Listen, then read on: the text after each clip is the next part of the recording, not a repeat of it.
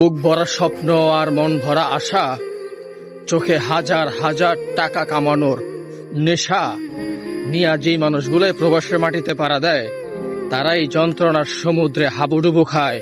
অনেকে তো সাঁতার জানলে কোন রকম জান্ডা পাইসা ফিরে, আর যেই মানুষের সাঁতার জানা নাই, এই যন্ত্রণার সাগরে তারা তীব্র ব্যথা নিয়ে মারা যায়। সো বিদেশ আসার আগে 70,000 লক্ষ বার চিন্তা করে আসবেন যে আপনি কি সেই সমুদ্রের মধ্যে সাঁতার দিতে পারবেন কিনা। যদি সাঁতার দিতে পারেন, ওয়েলকাম টু বিদেশ। আর যদি সাঁতার না পারেন, stay here your home, your thinking another side of business of job আপনার জন্য বেটার হবে আমি মনে করি। কারণ আমি একজন প্রবাসী, দীর্ঘ 5 বছর যাবৎ প্রবাস জীবনে আছি। কি করতে পারলাম, কি করতে পারি নাই, এখনো সেই অঙ্ক মিলাইতে পারি না।